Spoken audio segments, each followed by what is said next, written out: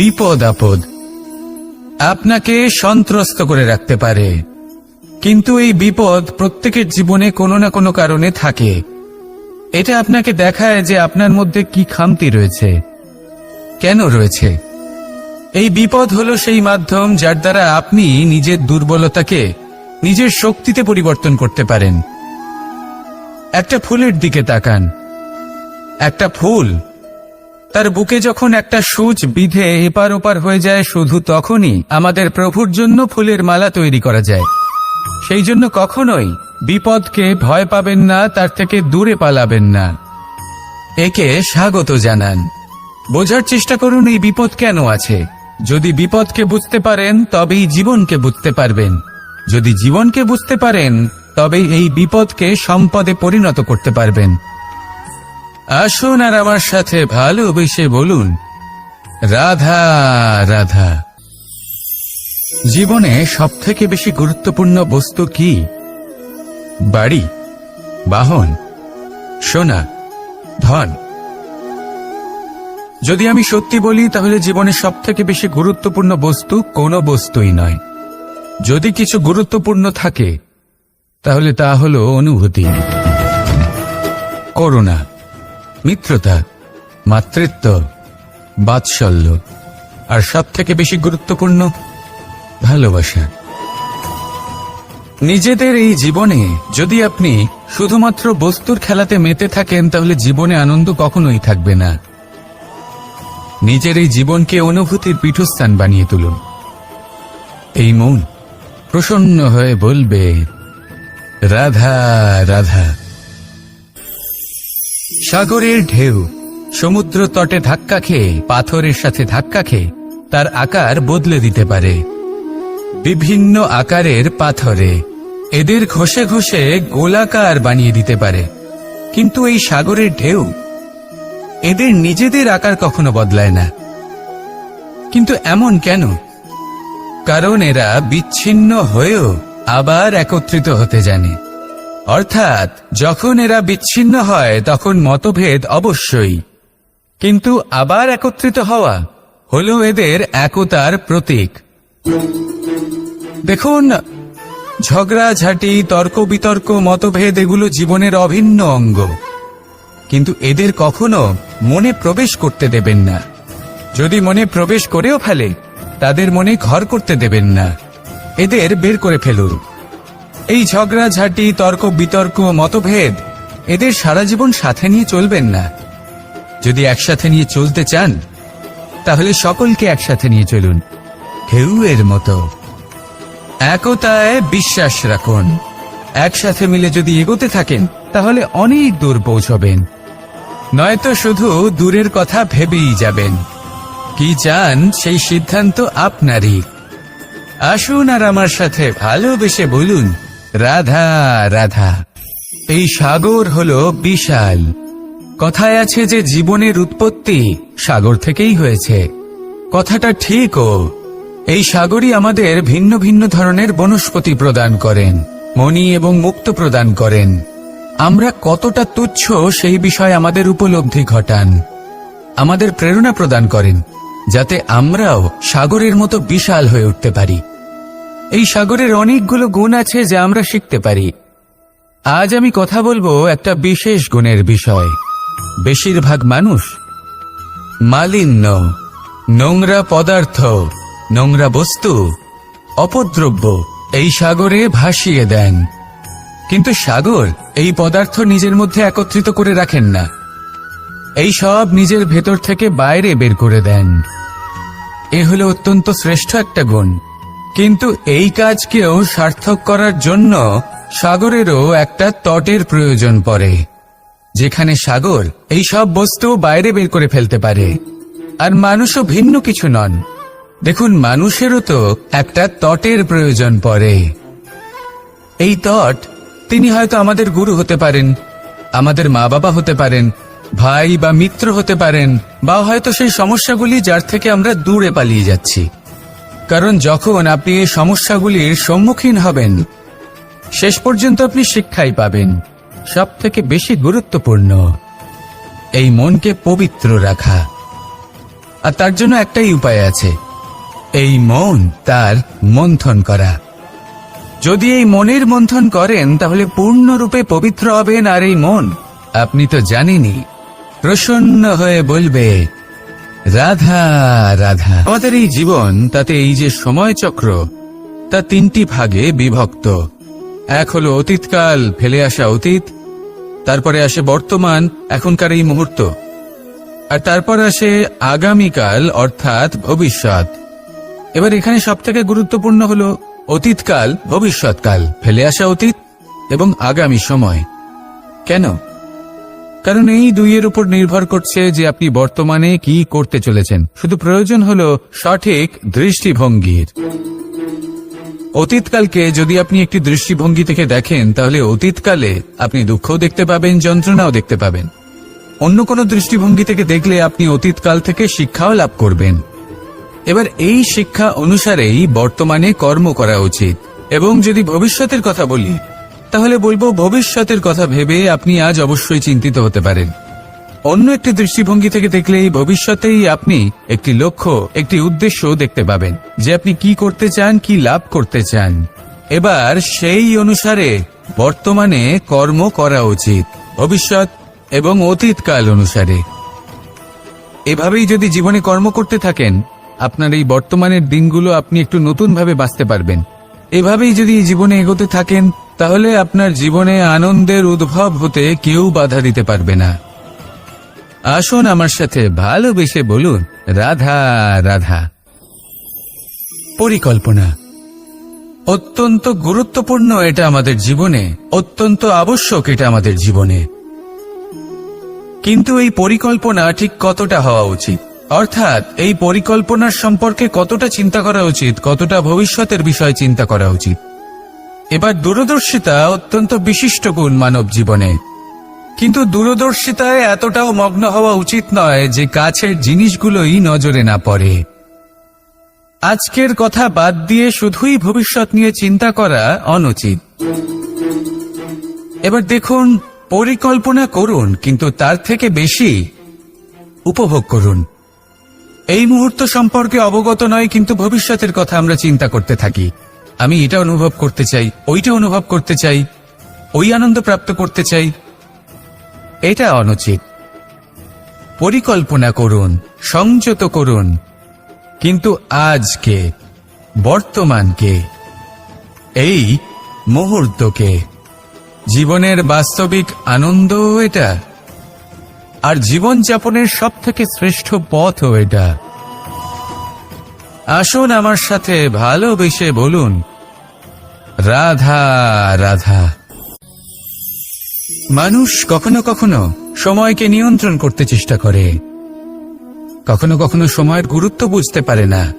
এটা ভাবে যে এই কিছু মুহূর্ত কেটে যাক, একে অতিবাহিত করি, তাহলে কি বা হবে, কয়েকটা মুহূর্ত মাত্র। কিন্তু তা নয়। আজকের একটা মুহূর্ত ভবিষ্যতের অনেক বড় পরিবর্তনের ভিত হতে পারে। আজকের একটা মুহূর্ত আপনার ভবিষ্যৎকে উজ্জ্বল করে তুলতে পারে। সেই জন্য ছোট ছোট মুহূর্তগুলিকে অদেখা করবেন না। সময়কে কাজে লাগান, পূর্ণরূপে কাজে লাগান। এবার যদি আপনি কাউকে সাহায্য করতে চান আর সেই কারণেই যদি থেমে থাকেন, তাহলে ঠিক আছে, কারণ আপনি কাউকে সাহায্য করে তার জীবনকে আরো ভালো করে তুলতে চাইছেন, আরো শ্রেষ্ঠ করতে চাইছেন। এই পুণ্য, এই কর্ম ফিরে আপনার কাছেই আসবে আর আপনার জীবনকে শুভ করে তুলবে। কিন্তু যদি আপনি আলস্যের কারণে থেমে থাকেন এবং কিছুই না করেন, সময় নষ্ট করেন, তাহলে কিন্তু একটাই ঘটনা ঘটবে, আপনার ভবিষ্যৎ বিপদগ্রস্ত হয়ে পড়বে, আর কিছুই নয়। সেই জন্য এটা বোঝা প্রয়োজন যে কখন থামতে হবে এবং কেন থামতে হবে। যদি আপনার থামার কারণ এবং সময় অনুচিত হয়ে থাকে, তাহলে আপনার ভবিষ্যৎ কখনোই উচিত হতে পারে না। সেই জন্য সময়কে সম্মান করুন আর পূর্ণ ব্যবহার করতে শিখুন। আর আমার সাথে ভালোবেসে বলুন রাধা রাধা। যদি আমি আমার চোখ বেঁধে কোনো একটা নির্দিষ্ট দিকে নিজের সমস্ত শক্তি প্রয়োগ করে ছুটে যাই, তাহলে কি হবে? আমি কোথাও ধাক্কা খেতে পারি, নিজের ক্ষতি করতে পারি, কোথাও পড়ে যেতে পারি, তাই না? অর্থাৎ এটা নিশ্চিত এই কাজ আমার করা উচিত নয়, কিন্তু আজকের দিনে প্রত্যেকটা মানুষ এই কাজই করছেন, তাই না? কোনো কাজ করার পূর্বে সেই কাজের বিষয়ে সম্পূর্ণ তথ্য কোথায় সংগ্রহ করছেন? শুধু এটুকু জানেন যে এই কাজটা করলে কত ধন অর্জন করবেন আর কত নাম হবে, আর ব্যাস সামনে এগিয়ে যান। এটা উচিত নয়। পূর্ণরূপে যে কোনো কাজ করার আগেই সেই কাজের বিশ্লেষণ করে নেওয়া উচিত, তা বুঝে নেওয়া উচিত, এবং সেই বিষয়ে অবশ্যই খেয়াল রাখা উচিত যে আপনার শরীর এবং আপনার মন এই কাজ করার জন্য কি প্রস্তুত রয়েছে। যদি তা না হয় তাহলে প্রথমে নিজেকে শুধরে নিন, তারপরে সেই কাজ করুন। যদি এইভাবে জীবনে সামনে এগোন তাহলে সাফল্যের সম্ভাবনা জীবনে অনেক বেশি বেড়ে যাবে। তাহলে এটাই করুন আর আমার সাথে ভালোবেসে বলুন, রাধা রাধা। আমরা জীবনে চলতে চাই, সামনে এগোতে চাই, কিন্তু কখনো কখনো এমন হয় যে আমরা আমাদের লক্ষ্য দেখতেই পাই না। আমরা চিন্তিত হয়ে পড়ি, ব্যতীত হয়ে পড়ি, আমরা কিছু বুঝতেই পারি না, এই মন অশান্ত হয়ে যায়। কিন্তু যদি আপনি থেমে যান তাহলে নিজের পথ এবং নিজের লক্ষ্য থেকে সরে যাবেন। সেই জন্য চলতে থাকুন, থামবেন না। যতদূর পারবেন চলতে থাকুন, যতদূর দৃষ্টি যাচ্ছে চলতে থাকুন। তারপরেই দেখবেন পরবর্তী পথ আপনা থেকেই আপনার সামনে আসবে। কারণ আপনার দৃষ্টির সীমা থাকতেই পারে, দৃষ্টিভঙ্গির সীমা নেই। আপনার পথের সীমারেখা থাকতেই পারে, কিন্তু সেই পথে চলার সাহসের সীমা নেই। সেই জন্য নিজেকে অসীমিত করে তুলুন। এই সীমারেখা আপনা থেকেই দূর হয়ে যাবে, লক্ষ্য নিজে থেকেই দেখতে পাবেন, আর এই মন সুপ্রসন্ন হয়ে বলবে, রাধা রাধা। সম্পর্ক হলো আমাদের জীবনের একটি আধার। কিছু সম্পর্ক এমন যা আমরা জন্মসূত্রে লাভ করি, যেমন পরিবার, মা, বাবা। কিছু সম্পর্ক আছে যা আমরা জীবনে অর্জন করে থাকি, তা সে প্রেমের হোক, স্নেহের হোক বা বন্ধুত্বের। এই সকল সম্পর্ক লাভ করার বা গড়ে তোলার 5টি ধাপ রয়েছে। প্রথম ধাপ, কোনো ব্যক্তির সাথে আলাপ হওয়া, তার সাথে কথা বলা বা তাকে দেখা। দ্বিতীয় ধাপ, সে ব্যক্তিকে আমাদের ভালো লাগা। তৃতীয় ধাপ, আমাদের এটা চাইতে শুরু করা যে জীবনে এই ব্যক্তি যেন আমাদের বন্ধু হন, আমাদের জীবনে থাকেন, বা আমাদের কাউকে ভালোবেসে ফেলা, আর এটা আমাদের ভাবা বা চাওয়া যে সেই ব্যক্তি যেন আজীবন আমার সাথে থাকেন, আমার জীবনে আমার সাথী হয়ে।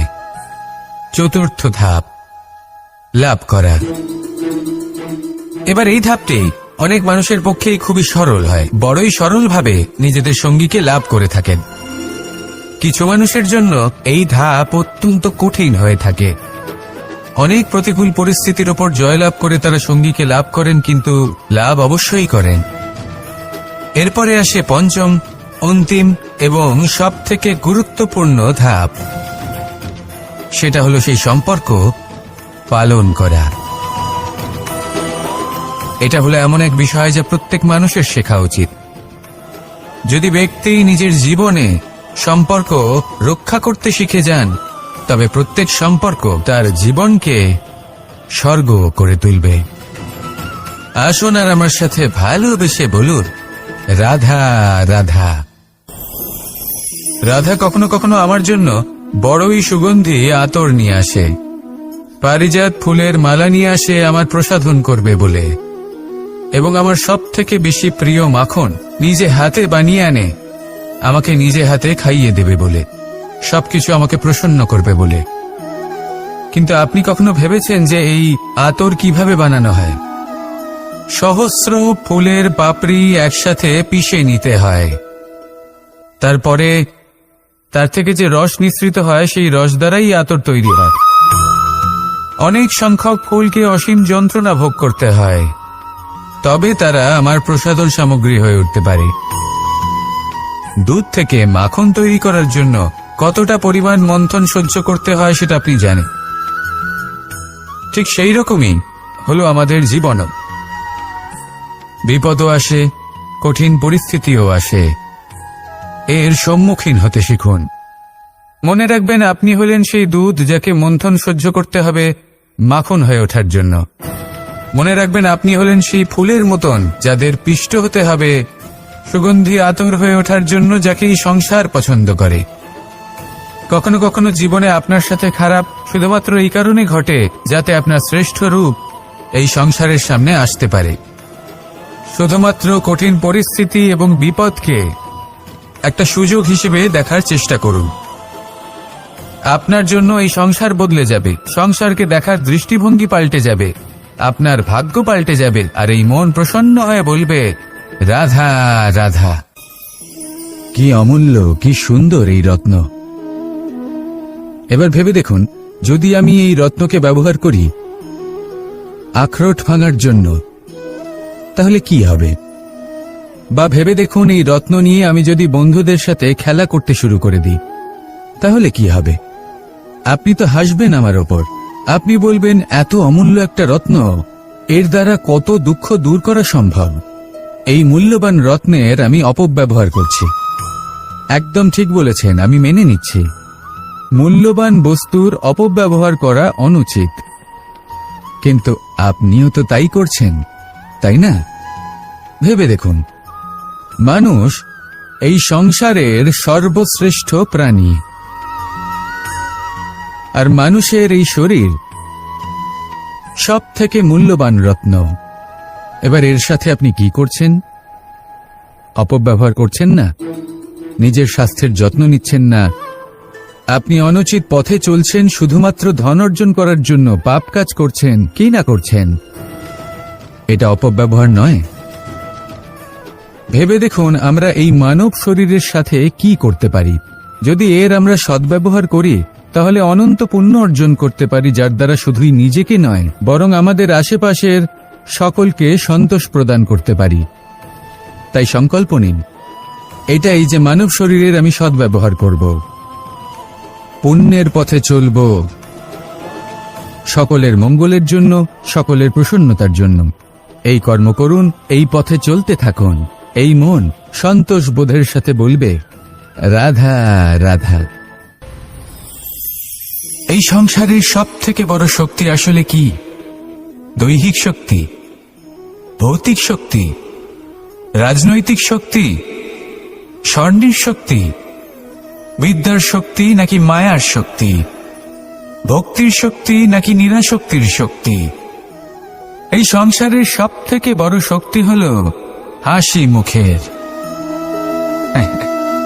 যদি আপনি এবং আমি এমন কোন সময় হাসতে পারি যেখানে মুখে হাসি আসা প্রায় অসম্ভব, তাহলে বিশ্বাস করুন, এই সংসারে কেউ আপনাকে ভাঙতে পারবে না। এটা কিছুটা সেই রেশমের কীটের মতো, যে চারিদিক থেকে নিজেকে ঢেকে রাখে একটা খোলসের মধ্যে থাকে, কিন্তু জীবিত থাকে। এই হাসি মুখ, এটা শুধুমাত্র একটা আবেগ নয়, এটা সংসারের যে কোনো অভাব দূর করে। অভাব আশার, অভাব বিশ্বাসের। এই হাসি আপনার অন্তরে আশার আলো জাগ্রত করে, আর এই সংসারের হতাশা দূর করে দেয়। তাই কঠিন থেকে কঠিনতর পরিস্থিতিতেও মুখে হাসি বজায় রাখুন। এই শক্তি আপনার থেকে কেউ কাটতে পারবে না। আর যদি আপনার কাছে এই শক্তি থাকে, তাহলে অন্য কোনো শক্তি আপনাকে বাধা দিতে পারবে না। তাহলে হাসুন আর আমার সাথে ভালোবেসে বলুন, রাধা রাধা। ভীষ্ম একটা মহান নাম, দেবী গঙ্গার সুপুত্র। স্বয়ং বৃহস্পতি এবং পরশুরাম ছিলেন ওনার শিক্ষাগুরু। অত্যন্ত মহান যোদ্ধা ছিলেন, কিন্তু এই মহান যোদ্ধা, ইনি ইতিহাসে আজ পর্যন্ত সেই সম্মান পেলেন না যার উনি যোগ্য ছিলেন। কারণ নির্বাচন। রাজসিংহাসনের সেবা করার প্রতিজ্ঞা নিয়েছিলেন উনি। এবার রাজসিংহাসনে যেই বসুক না কেন, তার সেবা করা, তার প্রত্যেক আদেশ পালন করা, এটাই ছিল ওনার প্রতিজ্ঞা। তা সেই ব্যক্তি উচিত হোক বা অনুচিত, সে উচিত পথে চলুক বা অনুচিত পথে চলুক, সুপাত্র হোক বা কুপাত্র, উনি তার সেবা করতে থাকলেন, তার প্রত্যেক আদেশ পালন করতে থাকলেন, নিজের প্রতিজ্ঞা পালন করতে থাকলেন। ধৃতরাষ্ট্র নেত্রহীন অবশ্যই ছিলেন, কিন্তু এতটাও নেত্রহীন ছিলেন না যে উনি প্রজাদের চোখের জল, ধর্ম অধর্ম দেখতে পাবেন না। উনি সব বুঝতে পারতেন। আর এদিকে ভীষ্ম নিজে প্রতিজ্ঞাবদ্ধ হয়েছিলেন। দুর্যোধন অনুচিত পথে চালিত হচ্ছিল, তাও উনি তাকে সঙ্গ দিতে থাকলেন। আর পরিণামস্বরূপ আজ পর্যন্ত ইতিহাসে উনি সেই স্থান পেলেন না, সেই সম্মান পেলেন না যার যোগ্য উনি ছিলেন। যদি আপনি কোনো প্রতিজ্ঞা করে থাকেন, তা সে যতই কোনো উচিত কারণের জন্য হোক না কেন, যদি আস্তে আস্তে সময়ের সাথে সেই প্রতিজ্ঞা আপনাকে অনুচিত পথে চালিত করে অধর্মের পথে নিয়ে যায়, পাপের পথে নিয়ে যায়, তাহলে সেই প্রতিজ্ঞা ভঙ্গ করা অত্যন্ত আবশ্যক। সময় অনুসারে নিজেকে বদলানো আবশ্যক, নয়তো এই প্রতিজ্ঞা আপনাকে দিয়ে পাপ কর্ম করাবে, কুকর্ম করাবে, আর আপনার বিনাশের কারণ হবে। আসুন আমার সাথে ভালোবেসে বলুন, রাধা রাধা। আমার দাদা আমাকে অনেকবার বলেছেন, কানাই তুমি তো স্বয়ং নারায়ণ, তুমি এক তড়িতেই সবকিছু এমনি ঠিক করে দাও না কেন? এবার দাদাকে কি করে বোঝাবো? আচ্ছা, আপনি নিজেই ভেবে দেখুন, সিংহকে জঙ্গলের রাজা বলা হয়, কিন্তু সিংহ শুধুমাত্র তার ইচ্ছে প্রকাশ করলেই কোনো হরিণ কি নিজেই হেঁটে তার কাছে আসবে? নিজেই কি রাজি হয়ে যাবে তার আহার হওয়ার জন্য? না, কখনোই না। যে কোনো কাজকে সফল করে তোলার জন্য আপনাকে চেষ্টা করতে হবে, পরিশ্রম করতে হবে, যাতে সেই কাজ ভালোভাবে সম্পন্ন হয়। শুধু ইচ্ছে দিয়েই কোনো কার্যসিদ্ধি হবে না। ইচ্ছে থেকে স্বপ্ন তৈরি হয়, তবে সেইগুলো সফল করতে গেলেও আপনাকে পরিশ্রম তো করতেই হবে। মনে করুন আপনার ইচ্ছে হলো খেতে, আর কোনো দয়ালু ব্যক্তি এসে আপনার সামনে খাবার রেখে দিল, তাও তা খেতে গেলে পরিশ্রম আপনাকেই করতে হবে। যদি ভালোবাসার ইচ্ছে থাকে, তাহলেও নিঃস্বার্থ নিষ্পাপ মনে ভালোবাসনি। দেখুন, আপনি স্বপ্নে অবশ্যই উঠতে পারেন, কিন্তু এই পৃথিবীতেই আপনাকে বেঁচে থাকতে হবে। আর যদি এই ধরিত্রীতে আপনি এগিয়ে যেতে চান, তাহলে এই ভূমিকে পা দিয়ে আপনাকে পিছনে ঠেলতেই হবে। রাধা রাধা। জীবনে আমাদের অনেকের সাথে দেখা হয়, অনেকের সাথে বাক্যালাপ হয়। বহু মানুষকে প্রসন্ন বলে মনে হয়, আবার বহু মানুষকে চিন্তিত বলে মনে হয়। কিন্তু আপনি যদি এটা বোঝার চেষ্টা করেন যে কে বেশি প্রসন্ন থাকে, আবার কে বেশি চিন্তিত থাকে, তাহলে আপনি এটা লক্ষ্য করবেন যে বৃদ্ধ আর যুবক বেশিরভাগ সময় চিন্তিত থাকেন, অন্যদিকে বালক সর্বদাই প্রসন্ন থাকে, চিন্তার কোনো রেশই থাকে না। এর কারণ কি? এবারে আপনি বলবেন, এত সহজ বিষয়, বালকদের মধ্যে এত বোধই কোথায় যে তারা জীবনের সমস্যা বুঝতে পারবে, কষ্ট বুঝতে পারবে, দায়িত্ব বুঝতে পারবে? বিষয়টা আসলে তা নয়। বৃদ্ধের বিষয়ে যদি আমরা কথা বলি, তবে বৃদ্ধ নিজের বিগত সময় নিয়ে ভাবতে ভাবতে মনে মনেই দুঃখী হয়ে যায়। যুবক নিজের ভবিষ্যতের বিষয়ে ভেবে ভেবে চিন্তা করতে থাকে আজ। কিন্তু বালক শুধুমাত্র বর্তমানে বেঁচে থাকে, আর সেই জন্যই প্রসন্ন থাকে। দেখুন, বিষয়টা অত্যন্ত সরল। আপনি আপনার বিগত কাল পাল্টাতে পারবেন না। এখন যদি আপনি নিজের ভবিষ্যৎ আরো উজ্জ্বল করতে চান, তাহলে আজ নিজের কর্ম করতে হবে, আজ পরিশ্রম করতে হবে আপনাকে। তাহলে ভুলে যান গতকাল আর আগামীকালের চিন্তা, বর্তমানে আনন্দ করুন। কারণ এই বর্তমান আপনার ভবিষ্যৎ উজ্জ্বল করতে পারে, আবার এই বর্তমান আগামী সময় আপনার সেই বিগত কাল হবে যার কথা ভেবে আপনার গর্ব হবে। রাধা রাধা। বিপদ সকলের জীবনেই আসে, কিন্তু অনেক মানুষ বিপদ এলে ভগবানকে দোষারোপ করেন, বলেন যে আপনি আমাকে রক্ষা কেন করছেন না। আপনার প্রতি আমার মনে অপার ভক্তি, সর্বদা আপনার জপ করি, তাও আপনি না আমাকে এই বিপদ মুক্ত হওয়ার কোনো পথ দেখাচ্ছেন, না এই বিপদ থেকে আমাকে বের করছেন। এবার এটা হলো আপনার ভাবনা, আপনার দৃষ্টিভঙ্গি। এবার আমি বলি সত্যিটা আসলে কি। সত্যি হলো এটাই যে ঈশ্বর সবসময় আপনার সাথেই আছেন, থাকবেন। দেখুন সেই বীজের দৃষ্টিভঙ্গির দ্বারা, যে মাটির নিচে চাপা পড়ে আছে, তাকে পরিণত হতে হবে এক বিশাল সুন্দর বৃক্ষে।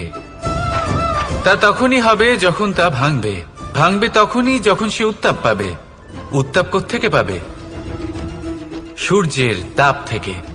সূর্যের তাপ থেকে ধরিত্রীও বাঁচতে পারে না, তাকে তা সহ্য করতেই হয়। আর যখন এই ধরিত্রী আর এই বীজ এই দুই তপ্ত হয়ে যায়, তখনই এই প্রকৃতি বর্ষা আনে, আর সেই বর্ষার জলেই এই বীজ এক সুন্দর বৃক্ষে পরিণত হয়। আছেন তো ঈশ্বর আমাদের সাথে সব সময়।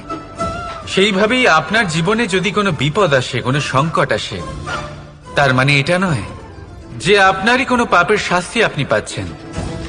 হয়তো ভবিষ্যতে আপনাকে একটা সুদৃঢ় কাঠামো হতে হবে, তার প্রয়োজন আছে। তাই এটা হলো তার ভিত।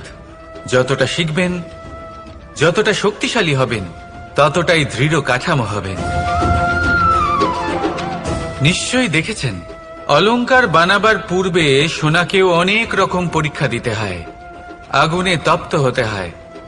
সেইভাবেই যদি আপনি কখনো শূরবীর হতে চান, তাহলে লাক্ষাগৃহের তাপ সহ্য করতেই হবে। তাহলে আসুন আমার সাথে বলুন,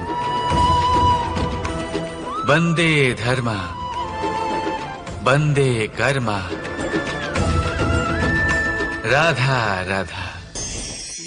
অনেক সময় মানুষ অতীতকে দেখেন আর তখন অহংবোধে পরিপূর্ণ হয়ে ওঠেন। কখনো বর্তমানের দিকে তাকান, ভবিষ্যতের দিকে তাকান আর পরিতৃপ্তিতে ভরে ওঠেন। কেন বুঝতে পারেন না একটা সহজ কথা? এই যে সৃষ্টি, এই সৃষ্টি হলো একটা বড় চক্র, যা বারংবার আপনার কাছে ফিরে আসবেই। কঠিন থেকে কঠিনতর পরীক্ষায় আপনাকে নিযুক্ত করবে, যাতে আপনাকে উত্তীর্ণ হতেই হবে। যা কাল ছিল তা আজ নেই, এটা সবাই জানেন। যা আজ আছে তা হয়তো কাল থাকবে না, এটাও আপনাকে মেনে নিতে হবে, তাও আবার হাসি মুখে। শান্ত থাকতে শিখুন, আর কখনো এই মনের মধ্যে অহংকার উৎপন্ন হতে দেবেন না। হতে শিখুন সেই হিমবাহের মতো। হয়তো এই জন্যই এত শীতল থাকে, কারণ ও জানে গতকালও জল রূপে ছিল, আজ বরফ রূপে হয়তো আছে, কিন্তু কাল পুনরায় সে জলেই পরিণত হবে। নিজেকে শান্ত রাখুন। হয়তো আজ আপনি সাফল্যের শিখরে আছেন, হয়তো বা নেই। আপনাকে প্রত্যেক দিন অবশ্যই দেখতে হবে। শুধু নিরন্তর প্রচেষ্টা করতে থাকুন, প্রত্যেক পরিস্থিতির জন্য তৈরি থাকুন, আর একে ভারসাম্যে রাখতে শিখুন। আপনার কাল হোক, আজ হোক বা আগামীকাল, আপনার ভালো দিন হোক বা খারাপ দিন, সব পবিত্র হয়ে যাবে। তাহলে আসুন আর আমার সাথে ভালোবেসে বলুন, রাধা রাধা। অন্ধকারাচ্ছন্ন রাত্রি যদি এসে থাকে, তাহলে আলোকিত প্রকাশ নিয়ে সূর্যও অবশ্যই আসে। রোগ যদি এসে থাকে, তাহলে তার ওষুধও অবশ্যই আসে। সমস্যা যদি আসে, তাহলে সেই সমস্যার সমাধানও নিজে থেকেই আমাদের কাছে চলেই আসে। এই সংসার, এই জীবনের শুধুমাত্র একটাই নিয়ম আছে, আর তা হলো এটাই: এই সংসার হলো একটা চক্রের মতো, এতে শাশ্বত বলে কিছু নেই, নিত্য বলে কিছু নেই। আর যা কিছুই রয়েছে সব বদলাতে চলেছে। যদি আপনার জীবনে দুঃখ থাকে, সমস্যা থাকে, যদি আপনি বিপদ দ্বারা আচ্ছন্ন, তাহলে মনে রাখবেন সবকিছু বদলে যেতে চলেছে। দুঃখের সময় কাঁদবেন না, মনকে আরো দুঃখী করে তুলবেন না। কারণ এখানে যা কিছুই এসেছে তা যাওয়ার জন্যই এসেছে। তাহলে এত চিন্তা কিসের? আনন্দ সহকারে জীবন যাপন করুন আর আমার সাথে ভালোবেসে বলুন রাধা রাধা। যদি কোনো সিংহ বানরের মতো গাছে চড়তে চেষ্টা করে তাহলে কি হবে? একটা মাছ যদি মাটিতে হাঁটতে চেষ্টা করে তাহলে কি হবে? তারা বিফলই হবে। কিন্তু এরকম কেন হয়? তার কারণ হলো প্রকৃতির রচনা কিছুটা এরকম। এখানে প্রত্যেকটি ব্যক্তিকে, প্রত্যেকটি প্রাণীকে আলাদা আলাদা গুণের অধিকারী করা হয়েছে এবং সকলকে একটা সীমাও প্রদান করা হয়েছে। এবার এই যে বৃক্ষ, পশু, পাখি, এদের মধ্যে সেই ক্ষমতাই নেই যে এরা নিজেদের যাচাই করতে পারবে, নিজেদের সীমাগুলো বুঝতে পারবে, নিজেদের সদ্গুণগুলো চিনতে পারবে। এরা সেটা করতে পারবে না। কিন্তু মানুষ তো আলাদা। মানুষের কাছে সেই বিশেষ শক্তি আছে যে তারা পূর্ণরূপে নিজেদের যাচাই করতে পারবে, নিজেকে পূর্ণরূপে বুঝতে পারবে, নিজের দোষ, নিজের অপগুণ, নিজের সদ্গুণ, নিজেদের সীমাগুলো তারা বুঝতে পারবে। আর এটা অত্যন্ত গুরুত্বপূর্ণ। কথায় আছে যে যদি সাফল্য লাভ করতে হয় তাহলে নিজেকে যাচাই করে নিতে হবে।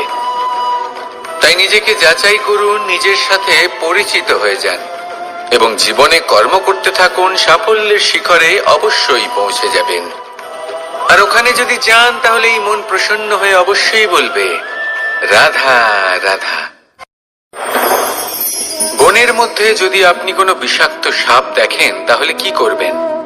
আপনি তখনই তার থেকে দূরে পালাতে চেষ্টা করবেন। আর এটা কেন করবেন? নিজের রক্ষার্থে। এই কথা আমি নয় মেনে নিলাম, কিন্তু নিজের জীবনে এটা করেন না কেন? আপনি যেখানেই যান, যে স্থানেই যান না কেন, প্রত্যেক সময়, প্রত্যেক মুহূর্তে এমন বিষাক্ত সাপ আপনি অবশ্যই খুঁজে পাবেন। আর সেই সাপ নয় যাদের আপনি বনে খুঁজে পাবেন। এরা হলো সেই সাপ যা আপনাকে পাপ করতে বাধ্য করবে। আপনার অন্তরের বাসনা, ক্রোধ, অহংকার, লোভ, ঈর্ষা এদের বৃদ্ধি ঘটাবে। দেখুন, বনের এই সাপ আপনাকে একবার ছেড়ে দিতেও পারে, ছোবল নাও মারতে পারে, কিন্তু এই যে পাপরূপী সাপ আছে তা অবশ্যই ছোবল মারবে। কর্ম যদি করেন তাহলে অবশ্যই ফল পাবেন। সেই জন্য যখনই কোথাও যাবেন, যদি এমন কাউকে দেখেন, যদি এমন কিছু দেখেন যে আপনাকে পাপ করতে বাধ্য করছে, তাহলে সেই মুহূর্তে সেখান থেকে পালিয়ে যান। যেমন বনের সাপ দেখে আপনি পালাতে থাকেন। সৎকর্মের রক্ষা অত্যন্ত আবশ্যক। আসুন আর আমার সাথে ভালোবেসে বলুন রাধা রাধা। মনুষ্য জীবনের সব থেকে বেশি গুরুত্বপূর্ণ বিষয় হল মনের একাগ্রতা। এই সংসারের যে কটি মহান কার্য সম্পাদন হয়েছে তা হল মনের এই একাগ্রতার একমাত্র ফল। আপনি অবশ্যই দেখে থাকবেন, অনেক ছোট বড় নদী যা বয়ে চলে তাদের সামনে একটা বাঁধ নির্মাণ করা হয় সেই সব নদীর জল সঞ্চয় করতে। বাঁধ হয়ে গেলে প্রয়োজন মতো বা মনের ইচ্ছে মতো তাকে ব্যবহার করা সম্ভব। এবার এটাই আমাদের মনের সাথেও সম্ভব। আমাদের মনের একাগ্রতা আজকের দিনে দাঁড়িয়ে বিভিন্ন ধরনের বিকার, ক্রীড়া এবং ভোগের মধ্যে ভাগ হয়ে গেছে। একে একত্রিত করতে হবে, একটা বাঁধ নির্মাণ করতে হবে, কর্মের বাঁধ। আপনাকে শুধু এটাই করতে হবে, যেটা উচিত কর্ম সেটাই করুন, যেটা অনুচিত কর্ম সেটা করা থেকে নিজেকে বিরত রাখুন। ব্যাস, এই কাজটাই আপনি করতে থাকুন, করতে থাকুন। মনের মধ্যে একাগ্রতার বাঁধ নির্মাণ করুন। আর একবার যদি তা নির্মাণ হয়ে যায় তাহলে যখন চাইবেন, যেখানে চাইবেন, যতটা চাইবেন একাগ্রতা প্রয়োগ করতে পারবেন। আর একবার যদি আপনি এটা শিখে যান তাহলে এই সংসারকে বদলে ফেলার মতো কাজ আপনি করতে পারবেন, সমাজকে শোধরাবার মতো কাজ করতে পারবেন। তাহলে এই মনকে একাগ্র করুন আর আমার সাথে ভালোবেসে বলুন রাধা রাধা। আমরা সবাই ফল খাই, কিন্তু আমাদের সেই ফলই প্রিয় হয় যে পরিপক্ক হয়ে ওঠে, যেটা নম্র হয়, আর যে ফল অনেক বেশি মিষ্টি আর সুস্বাদু হয়ে থাকে, যাদের রঙে বাহার দেখা যায়। সেইভাবে জীবনে আমরা নানান মানুষের সাথে পরিচিত হই, কিন্তু সেই মানুষই আমাদের মন ছুঁয়ে যায় যারা বিনম্র স্বভাবের, যাদের বাণী খুব মধুর। যাদের অন্তরে আত্মবিশ্বাসের একটা তেজ, একটা রং দেখা যায়। এবার এমন ব্যক্তি আমরা কি করে হব? ঠিক সেইভাবেই যেমন একটা ফল রোদ, বর্ষা, শীত, বায়ু এই সকল সংকটময় পরিস্থিতির সম্মুখীন হয়ে পরিপক্ক হয়ে ওঠে, সেইভাবেই মানুষ সংকটময় পরিস্থিতির সম্মুখীন হয়ে পরিপক্ক হয়ে ওঠেন। যদি এই সংকটের সম্মুখীন হন তাহলে অভিজ্ঞ হবেন, আর এই অভিজ্ঞতাই শিক্ষা দিয়ে যাবে। এই অভিজ্ঞতা আমাদের শিখিয়ে দেয় যে আমাদের বিনম্র থাকতে হবে। অহংকার করে কোনো লাভ নেই। মধুর বাণীর যে কি মূল্য তা আমরা শিখতে পারি। এই অভিজ্ঞতাই আমাদের বুঝিয়ে দেয় যে উচিত অনুচিত কোনটা আমাদের দৃষ্টিভঙ্গি তৈরি করে, আর এই দৃষ্টিভঙ্গি দ্বারা আত্মবিশ্বাস জাগ্রত হয়। সেই জন্য জীবনে কখনো বিপদ থেকে দূরে পালাবেন না, সেগুলোর সম্মুখীন হন, অভিজ্ঞতা লাভ করুন, তার থেকে শিক্ষা লাভ করুন, এইভাবেই পরিপক্ক হবেন। আসুন আমার সাথে ভালোবেসে বলুন, রাধা রাধা।